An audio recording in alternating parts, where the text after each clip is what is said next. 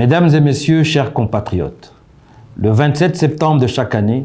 la communauté internationale célèbre la Journée mondiale du tourisme en vue de sensibiliser l'opinion publique, les décideurs politiques ainsi que les opérateurs économiques et socio-culturels sur l'impact que le secteur du tourisme peut avoir sur le développement durable des peuples. Il s'agit ici de s'assurer que les avantages engendrés par le développement du tourisme puissent bénéficier à tous. Mesdames et messieurs, le thème retenu cette année, Tourisme et paix, tombe à point nommé pour notre pays, car il sera question de concilier tourisme et paix en ce moment où la nation subit une agression injuste du Rwanda à travers ses supplétifs du M23 et autres groupes armés avides de nos richesses. Il permettra par ailleurs d'aborder le rôle du tourisme dans la consolidation de la paix, mais aussi le rôle de la paix comme facteur vital pour le développement touristique durable. En mettant ainsi en lumière le pouvoir catalyseur du tourisme pour une paix durable, la célébration de la Journée mondiale du tourisme sonne comme un credo de la diversité et de l'unité dans notre pays, étant entendu que le tourisme est aujourd'hui, dans la vision du président de la République, chef de l'État, son Excellence Félix Antoine Tshisekedi Tshilombo,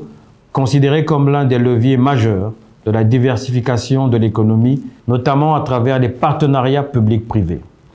Par ailleurs, mon ministère attache une importance particulière au caractère transversal du secteur afin d'en dégager les synergies idoines avec les autres ministères en vue d'éliminer les contraintes à l'éclosion du secteur du tourisme.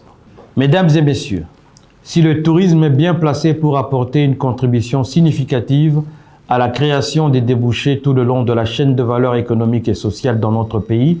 sa transversalité et son potentiel d'employabilité sont une opportunité inouïe pour la redynamisation du secteur comme un puissant vecteur de paix. C'est dans cette perspective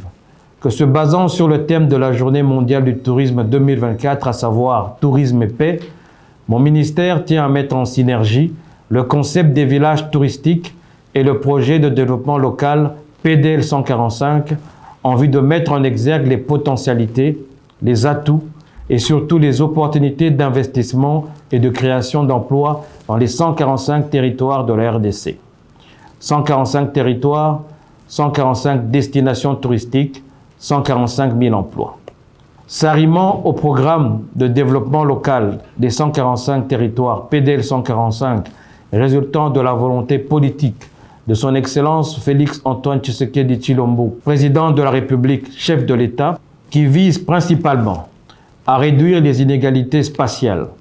redynamiser les économies locales et transformer les conditions ainsi que le cadre de vie des populations congolaises vivant dans les zones jusque-là mal desservies par les infrastructures et services sociaux de base, mon ministère ambitionne de fédérer les énergies, les intelligences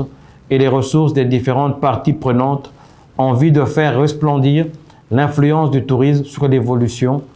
et la gestion des différents territoires qui constituent la RDC. Cette approche rencontre par-dessus tout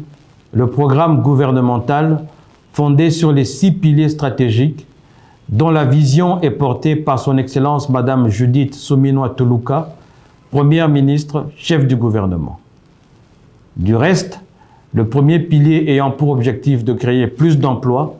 et de protéger le pouvoir d'achat des ménages, regroupe en lui seul les 2 premiers engagements électoraux du président de la République, à savoir plus d'emplois et plus de pouvoir d'achat. Chers compatriotes,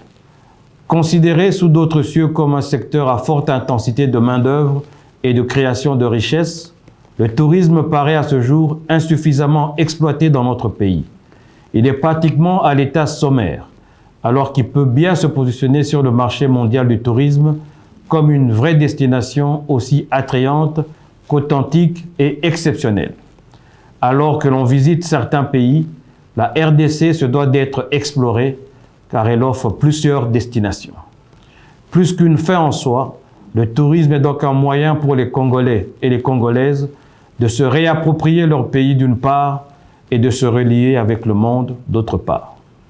Mesdames et messieurs, le secrétaire général des Nations Unies, dans son message à l'occasion de la Journée mondiale du tourisme 2024, affirme que le tourisme élargit les horizons car chaque voyageur peut devenir un ambassadeur, s'engager respectueusement auprès de la population locale, reconnaître notre diversité et notre humanité commune, ainsi que les valeurs qui nous unissent tous. Cela peut contribuer à réduire les tensions et à favoriser la coexistence pacifique. Notre souhait